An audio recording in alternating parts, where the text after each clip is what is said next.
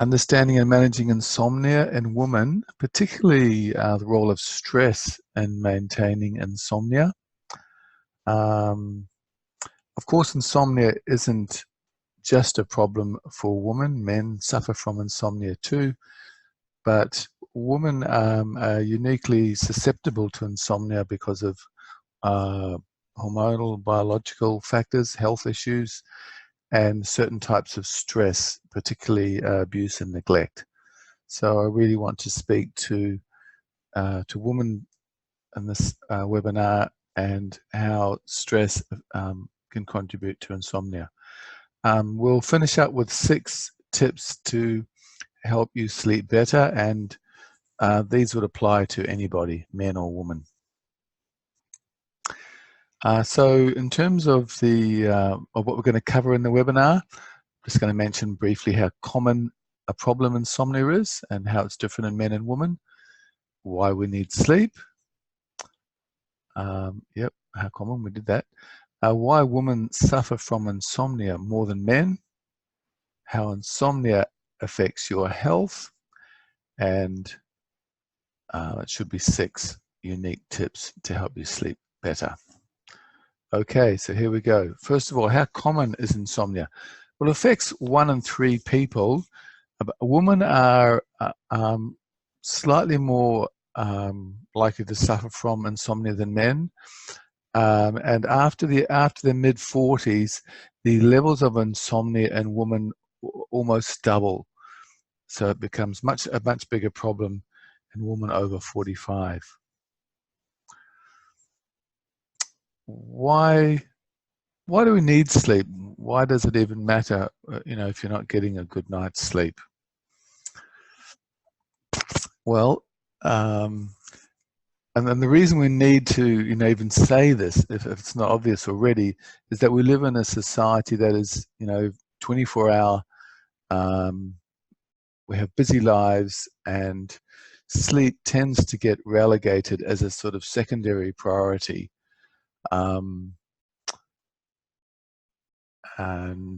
Many employers, expect, long hours and things of their employees, and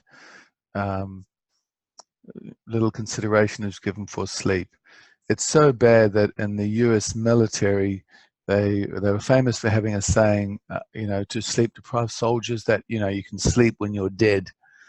But it became fatigue became such a problem because they started having a lot of accidents. And a couple of years ago, the Navy had, in 2 accidents, they lost 17 sailors. And in both accidents, there were collisions, found to be due to fatigue.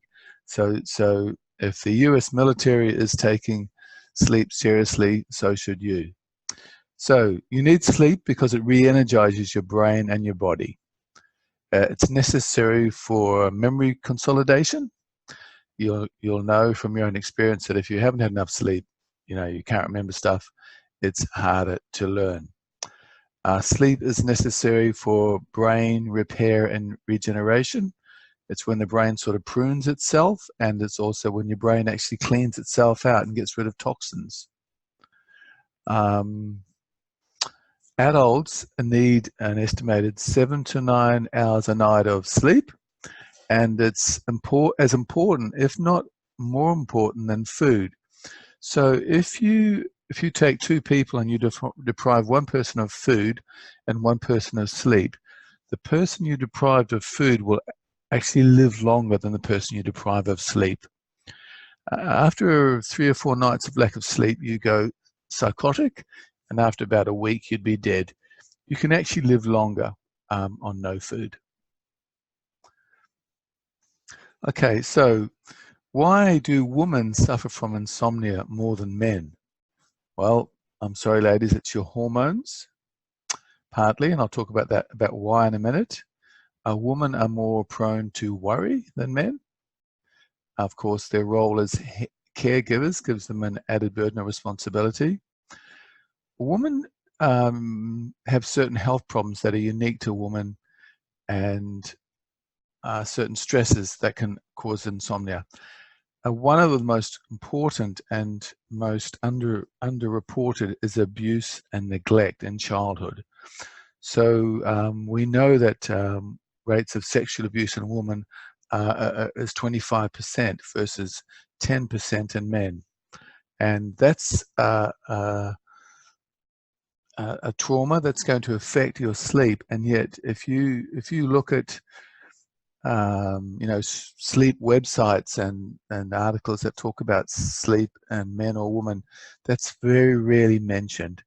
In fact, in researching for this webinar, I came across an article in Psychology Today that said that women have less stress than men, and I was really quite surprised and amazed about that. Okay, so let's just go through these quickly. Hormones. So what happens with your hormones? In the first half of the menstrual cycle, which is called the follicular phase, the body increases estrogen production leading up to ovulation. After ovulation, in the second half of the cycle, which is called the luteal phase, progesterone production rises and actually has a soporific effect, so it makes you more sleepy. But in the days before the period begins, both hormones levels drop, which can cause insomnia. Women also experience less REM sleep in the luteal phase of their cycle, which may help explain insomnia during PMS, according to a 2010 study. Now, during this phase, the increased progesterone production after the ovulation increases the core body temperature by up to 0.5 degrees. Since REM sleep corresponds with the lowest body temperatures during the night, this may be why REM sleep is tougher to achieve during the second half of the menstrual cycle. Finally, the brain is chock full of receptors for female hormones called neurotransmitters. And these are involved in feelings of anxiety. So these interactions may be part of the reason why women are at higher risk for anxiety than men. A 2006 review article in the journal Neuropsychopharmacology found that women's risk for anxiety and depression goes up after puberty when estrogen production begins to rise. But the relationship isn't linear. At low levels, estrogen may have anti-anxiety effects, but at very high levels, it can have negative effects. Okay, so that's hormones. It's a big topic, and obviously in the time I have tonight, I can only touch on it. Health. Health problems in anyone, whether you're a man or a woman, can of course affect your sleep, and I'm talking about chronic health problems. So one of the key health problems that affects women more than men is chronic pain, which affects up to 70% of women, which is double the rate of that in men. And chronic pain, as you can imagine, inhibits sleep. Women are also prone to sort of certain types of stress-related conditions, again, double the rates of men, such as irritable bowel syndrome, chronic fatigue syndrome, and conditions which only women get, such as endometriosis, which I believe can affect up to 1 in 5 women over their lifetime. Having said all that, women are actually less likely to die violently than men because they are actually more risk aversive. So the next thing I'm going to talk about is worry. And worry, if it has one good thing, it's that it keeps you healthier. So just finishing up. So women also go to the doctors much more often than men. So good on you. Worry. Women worry more than men on the whole. Not every woman is a chronic worry wart, but women are twice as likely to be diagnosed as suffering from an anxiety disorder than men, and it's worse in developed countries. There's no single cause of increased anxiety in women, and as we've mentioned, hormones and things, but it's thought that there may be also evolutionary factors. So research has shown that adult women and young girls are more likely than men and boys to make connections between bad events in the past and possibly negative events in the future. It's thought that these coping mechanisms may have helped our ancestors successfully raise offspring, in the sense that women were more sensitive to danger. But in the modern world, those sorts of dangers are not present. However, women are juggling often multiple demands of career, raising children, and research has shown that women who are doing that are more likely to have poorer self-reported health. Again, now this next one is one again that is not often mentioned, and I think there's still a lot of denial in our culture about abuse and neglect, despite all the talk in the press these days. So as we mentioned, rates of sexual abuse are 3 or 4 times higher in women than they are in men. And rates of emotional neglect are also high for both sexes. And we're not just talking physical or sexual abuse, we're also talking emotional neglect. So you can see in the picture there that the parent is not tuned into the child, and the child is feeling very sad about that. And if that happens over a long period of time, it's very stressful for a child. Interesting definition of abuse I came across recently in a podcast called System Talk. They define abuse as when someone who has control over you believes or treats you as though their needs are more important than yours. So I think that definition speaks for itself, but it's the parent who's more preoccupied with their career or their needs than those of their child, or the partner who is more wrapped up in their career and things, and their needs than that of the person that they're with. I guess I'm talking about men here. So what are the effects of abuse and neglect, and how do they inhibit sleep? Well, a person who's been stressed, whether it's childhood abuse or neglect, and again with neglect, particularly years and years of a parent being tuned out, that child is going to develop a sort of anxiety about the world. They're going to feel alone, and that the only person who they've got to rely on is themselves. So their nervous system tends to be in an elevated state. They're never very rarely relaxed, and they're always kind of quote unquote on. They're edgy and they're irritable.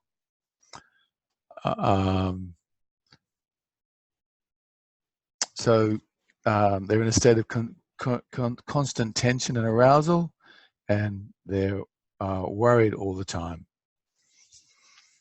When you're worried, there's a part of your brain called the default mode network, which is actually the sort of analytical part of your brain that goes into overdrive, and it never switches off. So when you put your head on the pillow at night, your mind's racing, the thoughts won't stop, and obviously you can't get to sleep, even though you might actually be quite tired. You also, with chronic stress, in addition to tension and worry, your ability to enjoy life decreases, and you may suffer from what's called emotional numbing or anhedonia. So there's a lack of joy and pleasure in life. Naturally, with all these effects of stress, you're going to have trouble sleeping, falling asleep. You might suffer from night waking, and you'll find that even if you're getting apparently 7 or 8 hours of sleep a night, that you're actually not getting restful sleep. so that you feel tired no matter how much sleep you get. And this is a question when I want to ask my patients, how's your sleep? And they say fine. They are often meaning that they're fine in the sense that they're able to fall asleep and they are able to stay asleep for 7 or 8 hours. But if I ask them, but how do you feel when you wake up in the morning? And they say, well, tired, like I haven't had enough sleep. I know that in actual fact, they're not getting good quality sleep. So trouble falling asleep, fatigue, and last but not least, PTSD. So as I was mentioning earlier, women are much more likely to suffer from abuse and neglect, and they are twice as likely to suffer from PTSD than men. So the lifetime prevalence of PTSD in the general population is about 7%. In men, it's 5 to 6%, but in a woman, it's 10 to 12%. Okay, so that's going. If you have PTSD, you're going to have all those symptoms that we talked about. Plus, you're going to have nightmares, more night waking, an irregular sleeping pattern. Just PTSD ruins people's sleep. Segmented sleep. So you'll sleep for a couple of hours, wake up for a couple of hours, go to sleep for a couple more hours. Your circadian rhythm is disrupted, so you'll go to sleep at odd hours of night and day, and you won't wake up in the morning at the right time. Non-restful sleep again, and something called sleep disordered breathing. So sleep disordered breathing simply means that because you're in a state of increased physiological arousal, you're not breathing normally, and that's going to affect your sleep. So sleep disordered breathing affects just about anyone who's suffering from PTSD.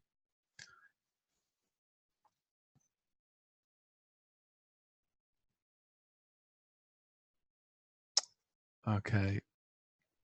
So and what are the effects of lack of sleep? Why does it matter? Well, you're going to be tired.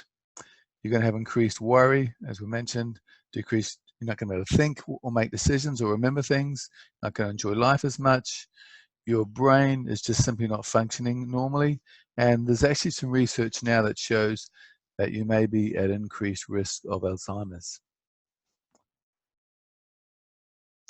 Insomnia. So insomnia is bad for your brain. And you can see those in those 2 brain scans there. In the one on your left, which is with all the colors, that's a normal functioning brain. Everything's all lit up. And in the scan on the right, that's a person with chronic insomnia. And you can see, how much their brain is just shut down by how little actual, red and yellow there is there. So your brain's, so chronic insomnia affects your brain's functioning, and it also affects your brain structurally. So if you didn't already realize, sleep's important, and we're now going to talk about 6 tips to help reduce stress and sleep better. And here they are. And I'm going to describe these in detail, so don't worry about remembering all this. And also the video is going to be on YouTube.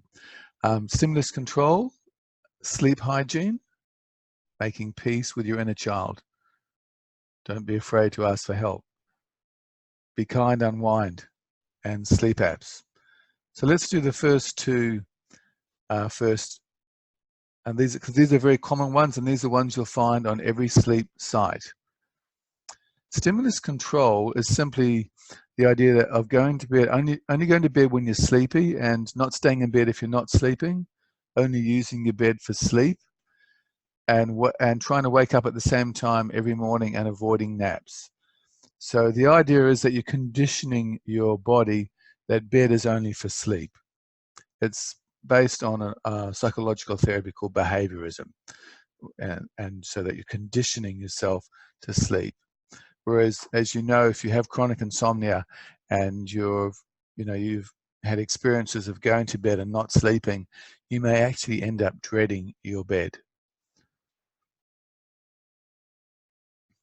Winston Churchill was a famous insomniac, and he actually had 2 beds, and so if he couldn't get to sleep in his normal bed, he'd actually go and sleep in another bed, which he must have understood that issue. The second most common strategy for getting to sleep is something called sleep hygiene. And as you can imagine, this just means having the right conditions for sleep: a cool, dark room, not obviously drinking alcohol or caffeine just before you go to bed. Alcohol helps you to fall asleep, but it actually disrupts your sleep pattern and your quality of sleep. Avoid your iPhone or computer screens an hour before bedtime.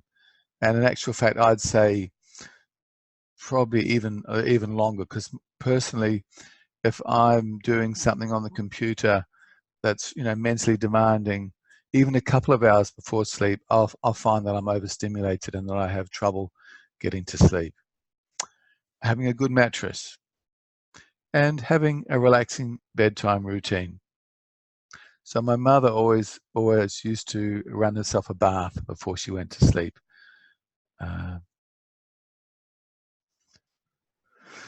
Now, those 2 strategies, those 2 very common strategies, stimulus control and sleep hygiene, are not particularly effective for getting to sleep if you are suffering from chronic insomnia and or chronic stress-related insomnia. So you won't see that in many of the sleep advice websites. They all tell you to, avoid caffeine and have a cool dark room and things like that. But the reality is, if you have chronic stress-related insomnia, those things aren't going to make much difference. Yes, you should still do them, but they are not going to help you sleep much better. And perhaps some of you who are listening to this have already had that experience. So the next 4 strategies that I'm going to talk about are aimed at targeting the stress that keeps you awake.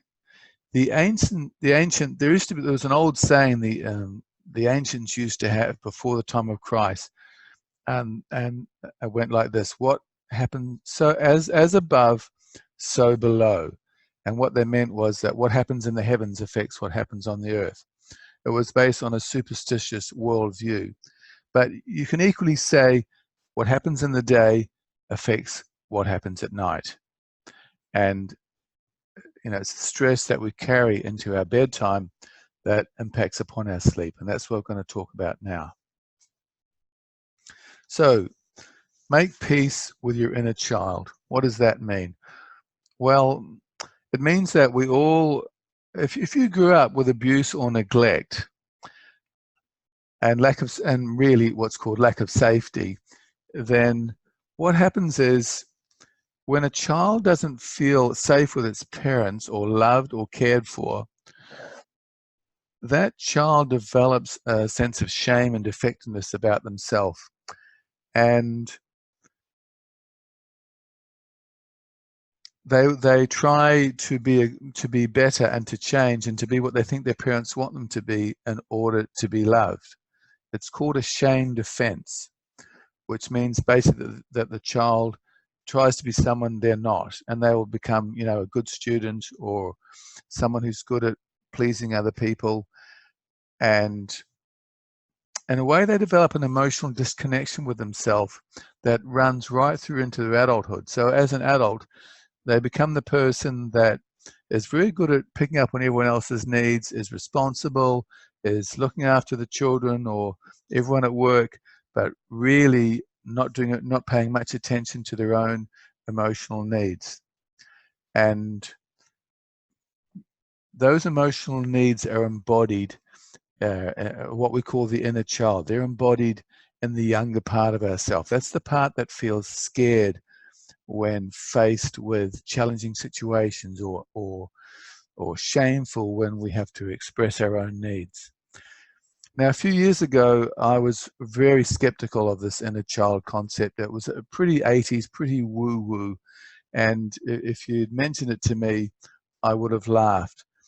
But as I've come to understand the effects of trauma and neglect more, and how that separates a child, or how it separates a person from their emotional self, and how they develop a functioning self, what we call an apparently normal self, from that is separate from our emotional self.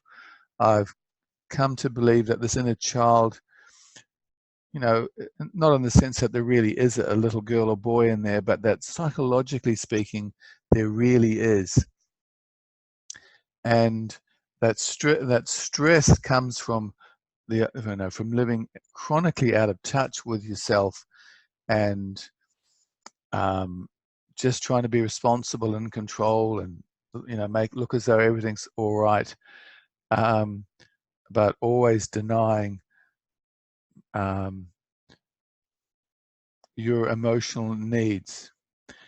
And how it plays out is that every now and then you'll feel sad or lonely or tired or shameful or depressed, and you won't know why. And that's the inner child. And the adult will smoke or drink or do something, clean the house, to distract themselves and to make themselves feel better. And that'll make you feel better sooner or later. But those strategies never really are not really attending to what the child needs. What the inner child needs, and what your inner child needs, is for you to recognize that those emotions are coming from a younger, more vulnerable part of yourself, and you need to attend to them, be compassionate with them, and do something to soothe them in a way that is, validating of what they mean. So if you're a mother and you have children and they say, "Mummy, I feel scared," you don't say, "Well, go and clean your bedroom and try not to think about it." You pick that child up, you comfort them, you ask them what they're scared about, you provide reassurance. So you mothers who are listening to this, why don't you be as kind to your inner child as you are to your own children? Now, there's an exercise on my on my anxiety release app. So that's anxiety release, which actually helps you to do this for yourself. But any therapist who's trained in parts work or the treatment of developmental trauma will be able to help you with this. But once you made peace with your inner child, you'll become a more emotionally integrated, more whole person who's more able to be present, and you'll have much less stress. And guess what? You'll sleep better because you'll feel more peaceful and you won't be carrying around so much bodily stress. Okay, the next point is not to be afraid to ask for help. Okay, now so people who grew up without adequate attachment or loving support become very self-reliant, very independent. They think that the best way is to be strong and not need anybody. And as you can imagine, that creates a lot of stress because they've just got to shoulder everything themselves, and not rely on others. But of course, if someone else needs help, they're the first person to be there. Now, when I put the slide together, that's what I was thinking about how people approach tasks in life. But I actually realized that there's actually another form of help that's very important to be willing to ask, and that is being willing to ask for professional help. If you've suffered abuse or neglect, or suffering from developmental trauma, and remember that definition of abuse that I gave earlier, then do yourself a favor and find a trauma-informed therapist who can help you, repair the damage that was done. You'll be a lot less stressed person for it, a lot wholer and healthier and happier. Okay, Number 5, be kind and unwind. So that simply means taking time out for yourself. If you're living a life for others, a life that's about responsibility and control, then you may be living a life where there seems to be very little time in your life for yourself. It's just filled up with responsibilities and activities. And how can I say? You need to make time. There needs to be time in your life for yourself. Just not to be doing anything, solving any problems, fixing anything. Just sitting, looking out a window, taking in the scenery, daydreaming, having a moment. It doesn't even have to be a long time, but you need to do that regularly. There's actually, I came across a Dutch concept called niks aan, which literally means doing nothing. And the Dutch, this is a very ancient idea that, we all need little periods in our life where we're doing nothing. We're awake, we're sitting in the grass, we're looking out the window, we're not really trying to solve the problems of the world. We're just being with the nature and enjoying the scenery. I actually had a funny story with a patient who is married to a woman of native or Aboriginal descent in Australia. And he came out after work one night. He came out of the house and he found her in the backyard, just sitting on the grass, looking at the garden. And he said, what are you doing? She said, nothing. He said, what are you thinking of? And she said, nothing. And he said, that can't be.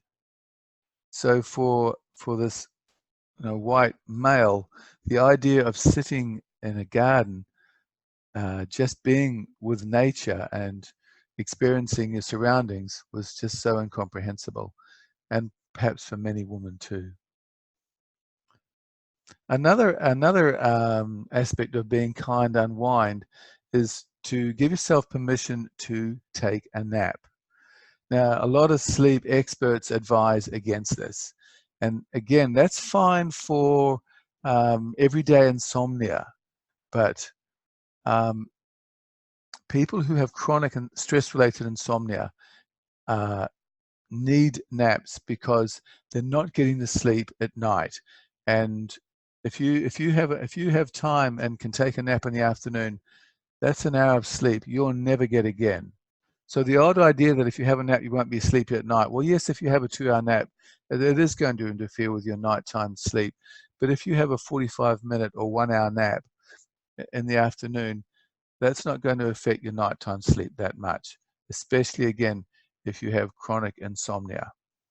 So you've got to change, really, if you have stress-related insomnia, you've got to change your attitude to sleep and put sleep as a priority rather than as the thing that comes after everything else has been done. So if in your day, and if you've got the time for it, you're feeling sleepy after lunch, which is when a lot of people do feel like a nap, and you've got some washing to hang out or some work to do, put that work aside and go and have that nap, and have it as quickly as you can, because you'll notice that there are windows where you feel sleepy that if you don't put your head on the pillow or on the couch in that moment, a few minutes later it's gone and it's too late. So you've got to recognize when you feel the need for sleep and act on it, rather than being so focused on responsibilities and what you've got to do. Quite a different approach to sleep than perhaps you're used to. Okay, last but not least, we're going to talk about technology and sleep apps. So there are two kinds of sleep apps. One is most sleep apps, which work basically deliver 3 types of strategies. They track your sleep. They have alarm clocks, which are basically get you to wake up at the right stage of your sleep cycle, and they offer good relaxation and guided imagery to help you sleep. Most sleep apps that are out there are some combination of those three strategies, and they seem to work for a lot of people, although there is some controversy really about how accurate these sleep tracking apps are.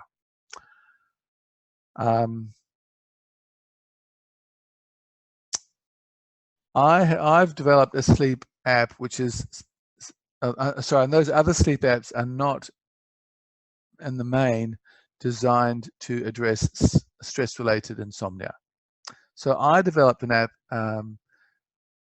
about a year ago now called Sleep Restore, and this app is designed to treat insomnia as a stress-related problem and incorporates a number of interventions that are designed to target the two main causes of stress-related insomnia: worry and physical tension. So the app consists of information about the app and about what is sleep, about how stress affects sleep and your brain, and how the app can help. The first thing that the app does is it actually gives you a stress assessment questionnaire and evaluates the contribution of stress to your insomnia. As a result of that, based on 20 sessions of guided meditation, imagery, and a thing called bilateral stimulation, which I'll talk about in a minute, the app generates recommendations, an individualized playlist that addresses whatever's causing your stress-related insomnia. And that could be stress, it could be trouble falling asleep, it could be worry, it could be a need for safety in your life, and it could be night waking. So those are some of the main stress-related factors that maintain insomnia. One of the unique features of the app is an incorporation of a feature called bilateral stimulation. So bilateral stimulation consists of alternating visual, auditory, or tactile stimulus. In the app, it's auditory. It's a treatment element of a trauma therapy called EMDR, which stands for eye movement desensitization and reprocessing. And basically how bilateral stimulation works is that it hijacks your fight or flight response. Now remember what we talked about earlier about trauma and stress, that you're in a state of arousal, and that is and worry and agitation, and that is your fight-flight response. So your fight-flight response is that's going danger, danger. It's always on alert for anything that's going on, in your environment. So bilateral stimulation, and in this case, auditory bilateral stimulation, basically your brain hears alternating beeps, and that activates essentially your fight-flight response because it's giving it a stimulus that appears to be moving because it's going backwards and forwards, and it's novel and it's unfamiliar. So if you think about it, there is no bilateral stimulation in nature. That is not a natural stimulus. So what happens is if you're in a state of stress and your brain starts detecting bilateral stimulation, in this case auditory, it's going to forget about whatever else is worrying you or preoccupying you, and it's going to focus on that, and it's going to try and identify it and locate it. Now, because the stimulus, so that's what's called focused attention. And in actual fact, in the first stages of focusing on bilateral stimulation, your brain activity actually increases, and you go into a heightened state of alertness. So we're now hijacked the fight-flight response by attaching it to a different stimulus to your everyday cares and worries. And then what happens? Well, after about 30 seconds, once your brain realizes that whatever it is, there's nothing bad happening, your brain and your nervous system starts to relax. And that happens automatically without you having to meditate or focus on any guided imagery or hypnosis or positive thinking or any of that. It's just using the way Your nervous system responds to stimulation to change the way you feel. It's actually quite magical. And then what happens is you develop new emotional learnings and responses. So it's not just a relaxation technique, it actually starts to change your the way your nervous system responds to stimuli over time.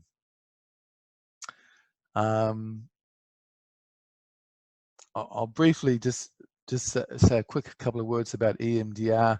It stands for, as I said, eye movement desensitization and reprocessing. It was discovered by Dr. Francine Shapiro, who sadly recently passed away in 1989. And it's a level 1 evidence-based treatment for PTSD.